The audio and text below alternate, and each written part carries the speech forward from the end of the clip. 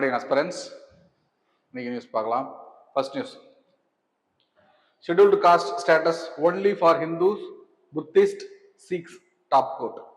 So ரீசெண்டாக வந்த வேர்டிக்ட்ல என்ன சொல்றாங்க அப்படின்னா, ரிலிஜன் மாறி இருப்பாங்க இல்லையா, இப்போ இந்துஸ்ல இருந்து சப்போஸ் கிறிஸ்டினுக்கோ இல்லை முஸ்லீம் மதமா மாறி இருந்தா, இப்போ இங்க இந்து மதத்துல இருக்கக்குள்ள அவங்களுக்கு ஷெட்யூல் காஸ்ட் ஸ்டேட்டஸ் இருந்து வேறு மதம் மாறக்குள்ள அந்த ஸ்டேட்டஸ் வருமா வராதா அப்படிங்கிற ஒரு கேஸ் ஆரம்பத்தில் ஸ்டார்ட் ஆச்சு. அந்த கேஸ்ல ஹைகோர்ட்ல என்ன சொல்லிட்டாங்கன்னா, இட் ஒன்ட் பி அக்செப்டட் அப்படின்னு சொல்லிட்டாங்க, செல்லுபடி ஆகாதுன்னு சொல்லிட்டாங்க. சேம் அதே ரிப்பீட்டட்ல சுப்ரீம் கோர்ட்டும் அந்த மதம் மாறின பிறகு ஷெட்யூல் காஸ்ட் ஸ்டேட்டஸ் செல்லுபடி ஆகாது அப்படிங்கிற வேர்டிக்ட சுப்ரீம் கோர்ட்டும் அப்பீல் பண்ணிருக்கு.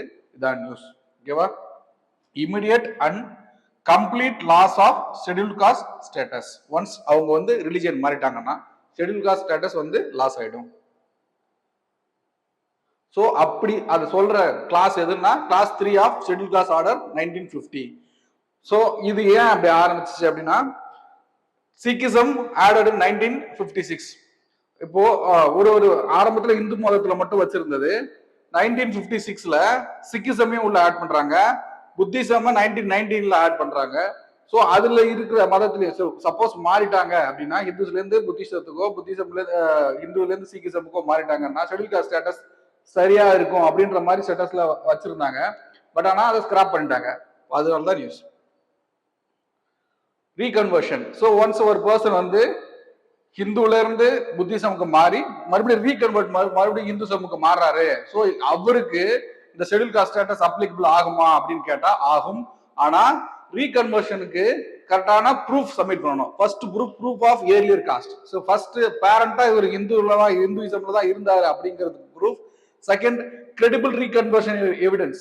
ரீகன்வர்ஷன் ஆயிருக்காங்க இல்லையா, ஸோ சப்போஸ் முஸ்லீம்ல இருந்தோ கிறிஸ்டியானிட்டில இருந்தோ மாறுறாங்க இல்லையா, அதுக்கான evidence. And acceptance by original caste. இந்த ஃபர்ஸ்ட் எப்படி சொல்றது, இப்போ ஹிந்துயிசம்க்கு ரிட்டர்ன் வரக்குள்ள எந்த காஸ்ட் பேட்ச்ல வந்து செட் ஆகிறாரோ அந்த காஸ்ட் பேட்ச்ல இவங்க ரெகக்னைஸ் பண்ணணும். ஸோ இந்த 3 ப்ரூஃபையும் அக்செப்ட் பண்ணிக்கிட்ட பிறகுதான், சப்மிட் பண்ணதுக்கு அப்புறம் தான் ரீகன்வர்ஷனுக்கு அப்புறம் இந்த ஷெட்யூல் காஸ்ட் ஸ்டேட்டஸ் மறுபடியும் செல்லுபடி ஆகும். ஒன்ஸ் அவர் மறுபடியும் ரிட்டர்ன் ஹிந்துயிசம் வந்திருந்தாலுமே இந்த ப்ரூஃப் எல்லாம் சப்மிட் பண்ண வேண்டியது தேவையா இருக்கு. ஸோ அப்படி அந்த ஸ்டேட்டஸ் அடையிறதுனால என்ன சேஃப்கார்ட்ஸ் அப்படிங்கிறத பார்க்கணும். First, constitution safeguards. அவர் கான்ஸ்டிடியூஷன் ஃப்ரேம்டு ஃபோர் ஃபாதர்ஸ் நமக்கு என்ன சொல்லியிருக்காங்கன்னா, scheduled caste, so call schedule காஸ்டுக்கு ஒரு சில சலுகைகளை கொடுக்கணும்னு கான்ஸ்டிடியூஷன்ல இன்பில்ட்டா கொடுத்துருக்காங்க. அந்த ஸ்டேட்டஸ் என்னன்னு பார்க்கணும். First, right to equality. அவங்களுக்கு அவங்கள தனியா டிஸ்கிரிமினேட் பண்ணக்கூடாது, எல்லாரும் சமம் அப்படிங்கிற சொல்றதுதான் ரைட் டு ஈக்குவாலிட்டி. 15 ஆர்டிகல் 15 வந்து காஸ்ட் டிஸ்கிரிமினேஷன் கூடாது. ஆர்டிகல் 15 கிளாஸ் 4 ஸ்பெஷல் ப்ரொவிஷன்ஸ் அவங்களுக்கு கொடுக்கலாம் அப்படிங்கிறது 15 கிளாஸ் 4. 16 கிளாஸ் 4 வந்து எம்ப்ளாய்மெண்ட்ல ரிசர்வேஷன். அடுத்து பொலிட்டிக்கல் ரெப்ரசன்டேஷன். ஆர்டிகல் 330 அண்ட் 332 வந்து 330ல லோக்சபால according to the population of the SC seat must be reserved, and article 332 according to the population state legislative assembly seats would be reserved. இந்த ரெண்டுத்தையும் சொல்றது article 332 and 330. next, service and administrationல claims of SCs in public employment சொல்றது article 335 and 338 national commission for scheduled caste. so இவ்வளவு provision டைரக்டா கொடுத்திருக்காங்க for the safeguarding of scheduled caste. so article 17, article 23 and 24, article 46, article 341. இந்த 341 தான் வந்து ஒரு schedule cost லிஸ்ட்ல ஒரு காஸ்ட இல்ல இன்க்ளூட் பண்ணலாமா வேணாமா, if at all they want to include, how the process will be அப்படிங்கறத கொடுக்கிறது article 341. so other safeguards besides constitutional safeguards, there are some statutory safeguards given by the government to the scheduled caste people. அந்த safeguards என்னன்னா, SC/ST Atrocities Act 1989. so இதுல ஒரு ஸ்பெஷலா இருக்கிற provision என்னன்னா, ஒரு பர்சனை காஸ்ட்னு சொல்லி நம்ம கூப்பிட்டாலே அது வந்து அஃபென்ஸ். அந்த அஃபென்ஸை மெயினா ப்ரொவிஷன்லாம் வச்சிருக்கிறது தான் இந்த SC/ST Atrocity Act. அடுத்து manual scavenging act, protection of civil rights act. So இவ்வளோ acts, statutory act has been framed for the safeguard of schedule caste peoples. Next news, Assam floats tender for satellite to monitor floods.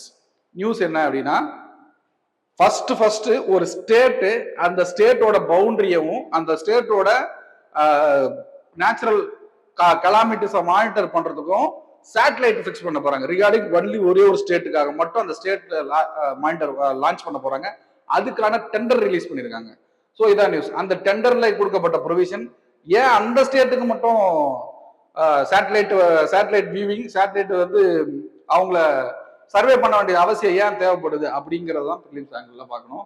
So என்ன ஸ்டேட்னா Assam landmark shift in state level space based governance. இது எப்படின்னு சொல்லலாம்னா ஒரு starting point மாதிரி. இப்போ அசாம் வந்து ஒரு அவங்க ஸ்டேட்டை மானிட்டர் பண்றதுக்கு ஒரு சேட்டலைட் ரிலீஸ் பண்றாங்க, bunch of satellite as the constellation அப்படின்னா அடுத்தடுத்த ஸ்டேட் அவங்களுக்காக ஒரு சேட்டலைட்டை ரிலீஸ் பண்ண ஆரம்பிச்சிருவாங்க.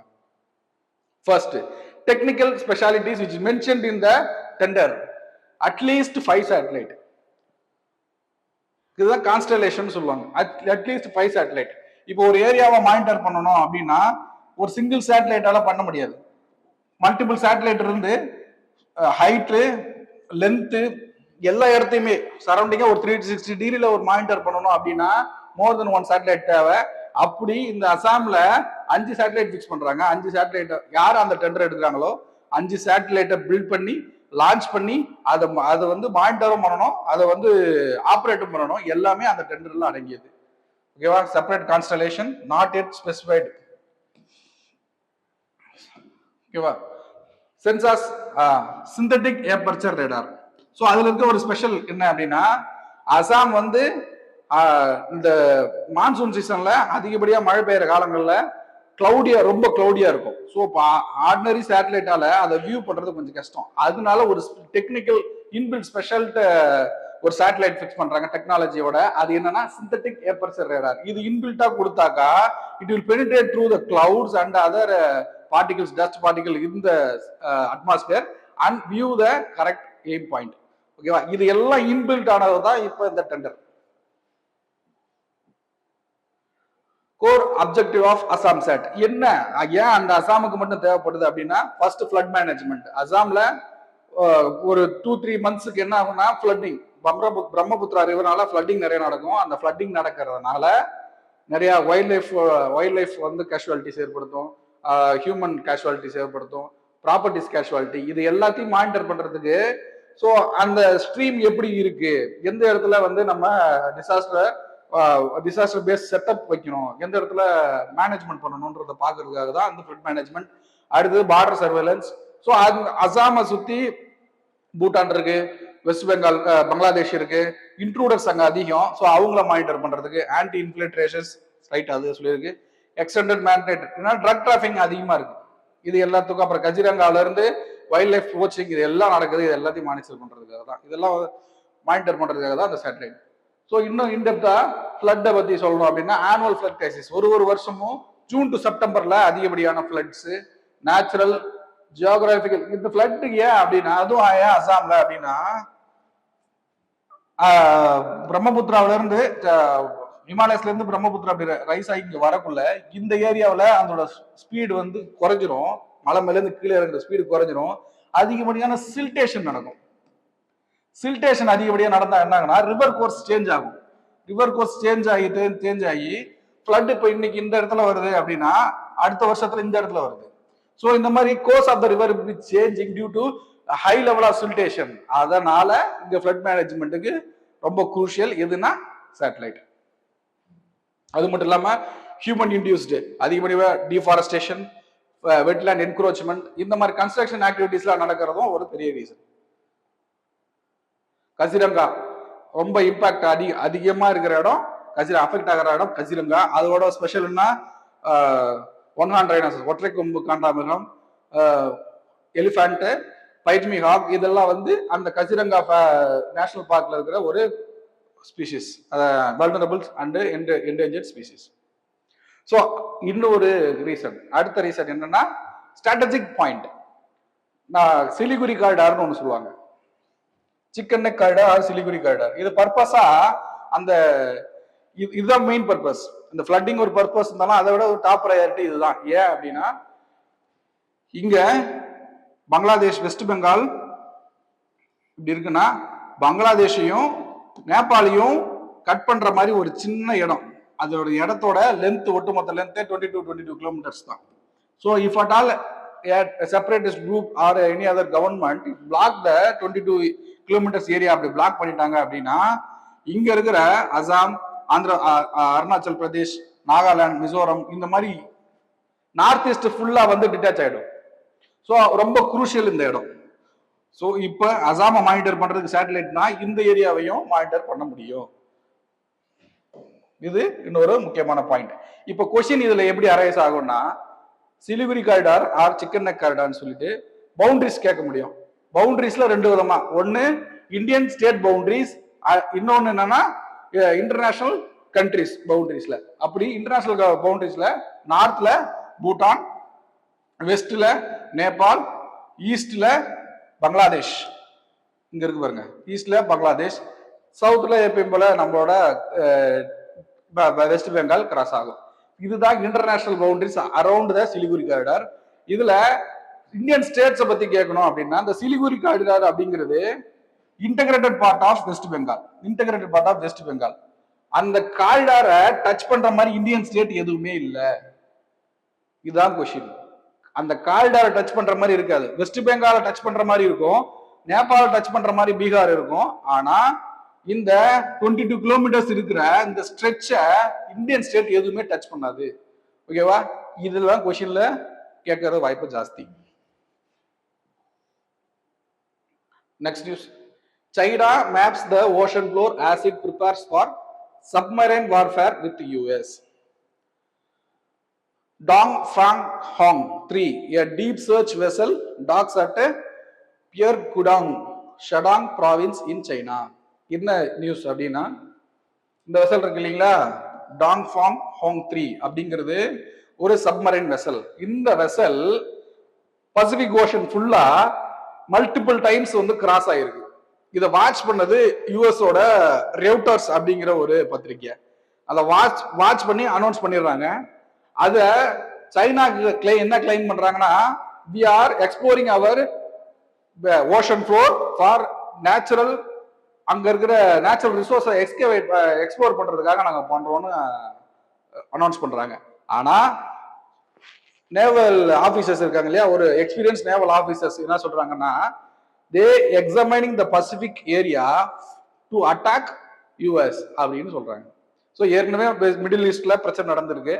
இப்போ ஓஷன் பேஸை எக்ஸ்ப்ளோர் பண்றது நம்ம யூஎஸோட ஃபிளீட்டையோ இல்ல சப்மரைனையோ மறைஞ்சு அட்டாக் பண்றதுக்காக முன்னாடியே இடம் பார்க்குற மாதிரியான தோற்றம் இருக்கு அப்படிங்கிறத சொல்லியிருக்காங்க. ஸோ இதுல நம்ம படிக்க வேண்டியது ஓஷனோட பேஸ், பசிபிக் ஏரியாவில் இருக்கிற முக்கியமான ஏரியாஸ் இதெல்லாம் பார்க்கணும். Submarine navigation. ஸோ இப்போ இவங்க இப்போ அதிகப்படியா மானிட்டர் பண்றாங்க இல்லையா, அத என்ன மாதிரி அவங்களுக்கு தேவையா மாதிரி யூஸ் பண்ணிக்கலாம்னா சென்சார்ஸை பிளான் பண்ணிட முடியும். ஸோ யாருமே போகாத இடத்துல சென்சாரை பிளான் பண்ணிட்டாங்கன்னா, சப்போஸ் வேற ஏதாவது கண்ட்ரி இப்போ யூஎஸோட நேவி சீல எங்கேயாச்சும் போகுது அப்படின்னா இந்த சென்சாரை வச்சு கரெக்டாக கண்டுபிடிக்க முடியும். அப்போ இல்லீகலி தேர் மானிட்டரிங் அதர் கண்ட்ரி சோர்சஸ், இது தவறு. ஸோ ஸ்ட்ராட்டஜிக் சோக் பாயிண்ட், அந்த பசிபிக் கூட லிங்கா இருக்கிற மலாக்கா ஸ்ட்ரைட், இப்ப எப்படி ஹோர்முஸ் ஸ்ட்ரைட் வந்து நம்மளோட இந்தியாவோட வெஸ்ட்ல ஒரு முக்கியமான பாயிண்ட், ஈஸ்ட்ல ஒரு முக்கியமான பாயிண்ட் அந்த மலாக்கா ஸ்ட்ரைட், அதையும் பிளாக் பண்ண முடியும். இவ்வளவு சிச்சுவேஷன் இருக்கு அந்த பசிபிக் ஏரியாவில். First 42 research vessel track accord the Pacific. இத்தனை வெசல்ஸ் அந்த இடத்துல கிராஸ் பண்ணிட்டே போயிருக்கு. Hundreds of ocean sensors plan பண்ணிருக்காங்க. ஸோ இவ்வளோ இஷ்யூஸ் அந்த இடத்துல. C4 மேப்பிங் எப்படி பண்ண முடியும்? அப்போ இப்ப சைனா இந்த தடவை அங்க லாக் ஆகி போயிட்டு வந்துட்டு இருக்காங்கன்னா, they are going to explore the seabed place. அப்போ என்ன டெக்னாலஜி யூஸ் பண்ணி அதை பண்ண முடியும்? ஃபர்ஸ்ட் சோனார், சவுண்ட் எக்கோ அடிக்குது இல்லையா, அதை வச்சு ஏரியாவை மேப் பண்றது சோனாரோட வேலை. சோனாரை வச்சு பண்ண முடியும். Autonomous under water vehicles, robots, இந்த ரோபாட்டிக்ஸ்ல அதிகமா சைனால நல்ல இன்ஃபுளுன்ஸ். ஸோ அதை இம்பை பண்ண முடியும். சேட்டலைட் அல்டிமெட்ரி. சேட்டலைட் அல்டிமெட்ரி அப்படின்னா ஒரு ப்ராடக்டை ஒரு சப்போஸ் ஒரு ஸ்ட்ரக்சர் வந்து ஓஷன் ஃப்ளோர்ல இருக்கு அப்படின்னா சேட்டலைட்டை வச்சு வியூ பண்ணி 360 டிகிரியில எந்த ஹைட் இருக்கு, எவ்வளவு டெப்த்ல இருக்கு, எல்லாத்தையும் அக்யூரேட்டா ஃபிக்ஸ் பண்ண முடியும். அது சேட்டலைட் அல்டிமெட்ரி. லைட்டை யூஸ் பண்ணி சோனார் அப்படிங்கிறது சவுண்ட் வச்சு எப்படி ஒரு ப்ராடக்டை பார்க்க முடியுதோ, லைடர் அப்படிங்கிறது லைட்டை வச்சு பார்க்க முடியுது. நெக்ஸ்ட் பசிபிக் ஓஷனை பத்தி நம்ம தெரிஞ்சுக்கணும். ஜியோகிராஃபில கொஸ்டின் வர வாய்ப்பு ஜாஸ்தி. இது ஒரு டைவர்ஜென்ட் பிளேட்.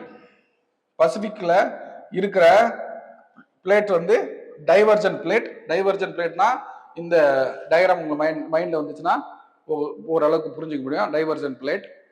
ஸோ இந்த இடத்துல ரொம்ப இம்பார்ட்டன்டான ஹாட்ஸ்பாட் பாயிண்ட்ஸ், இந்த குவாம் அப்படின்றது இல்லையா, இந்த இடத்துல வந்து யூஎஸோட மிலிட்ரி பேஸ் இருக்கு.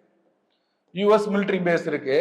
இந்த இடத்துல தான் சைனாவோட ஷிப்பு மல்டிபிள் டைம்ஸ் இப்படி போயிட்டு வந்து உள்ள இருக்கிற சீபெட்ல இருக்கிற ரிசோர்சஸ் இடத்த எல்லாத்தையும் மானிட்டர் பண்ணியிருக்காங்க. இந்த இடத்துல இங்க இருக்கிறது தான் Malacca straight.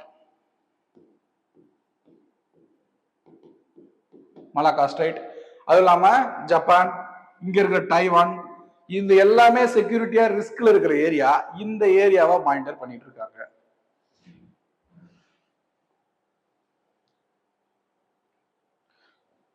Geographical features, mid oceanic ridge.